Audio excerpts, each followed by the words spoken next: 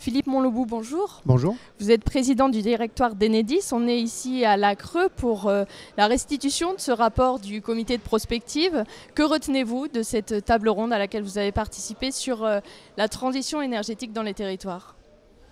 Ce que j'ai envie de retenir, c'est d'abord qu'il y a un partage très large au sein de l'ensemble des personnes présentes aujourd'hui pour souligner la valeur et l'intérêt d'avoir une vision prospective des choses, qui ne signifie pas des décisions, mais qui signifie un jalonnement des repères autour des grandes évolutions que vit le monde de l'énergie aujourd'hui. Donc je crois que c'est un point important qui est à mettre au crédit du président de la CRE, Jean-François Carenco.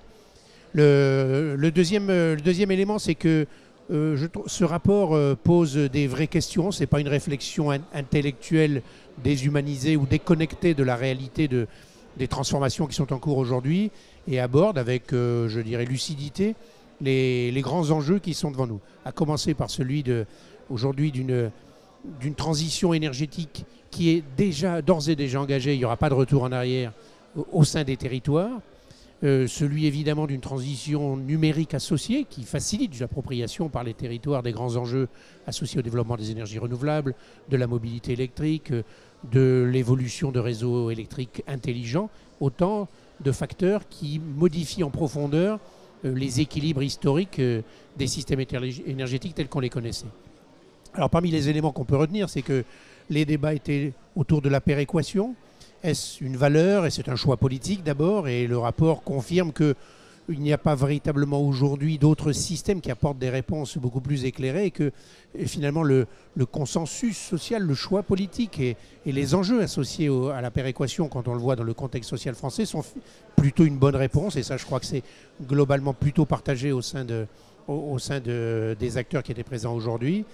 De la même manière, le système concessionnaire ou concessif français tel qu'il existe est un système qui permet à la fois de garantir une cohérence nationale, là encore, avec les enjeux d'une équation financière, technique, en termes de délai autour de la programmation pluriannuelle de l'énergie, et en même temps une prise en compte, donc nouvelle, qui est celle de plus en plus affirmée des territoires et donc des autorités concédantes. Et je crois que ce rapport, sans faire émerger de rupture, parce que ça aurait pu être aussi un exercice, malgré tout fait émerger clairement une évolution en profondeur nécessaire, une transformation autour des grands acteurs de l'énergie, dont Enedis est évidemment un acteur important, très important. C'est vrai autour des données. Donc on a vu l'exigence, l'attente très forte qui est exprimée par les territoires pour pouvoir disposer des outils réels pour demain se projeter justement dans leur politique, leurs choix politiques locaux. Justement, que fait Enedis en matière de transparence des données ?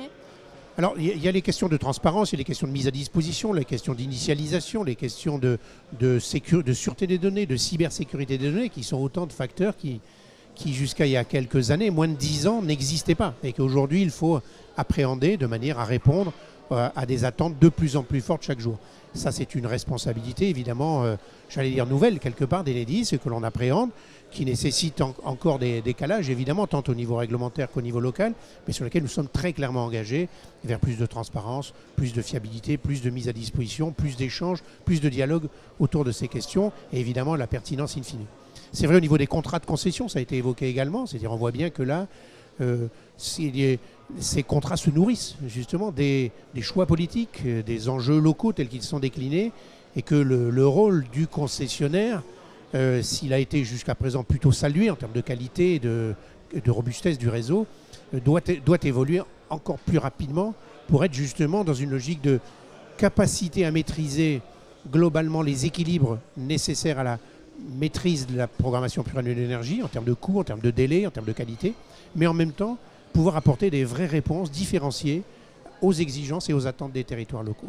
Donc toutes ces questions ont été aujourd'hui, je crois, abordées de manière responsable, avec une mise en visibilité et je n'ai pas senti de divergence profonde, mais des attentes évidemment qui s'exprimaient très fortement dans les nouveaux équilibres territoriaux entre rural, urbain, métropole, qui sont des facteurs justement qui aujourd'hui amènent des éléments clés dont le mot de conclusion a été sociétaux, parce qu'on voit bien qu'autour des aspects techniques, des aspects technologiques, des aspects numériques, des aspects énergétiques, il y a d'abord et avant tout aussi des fondamentaux qui confèrent à la dimension sociétale de toute cette transformation.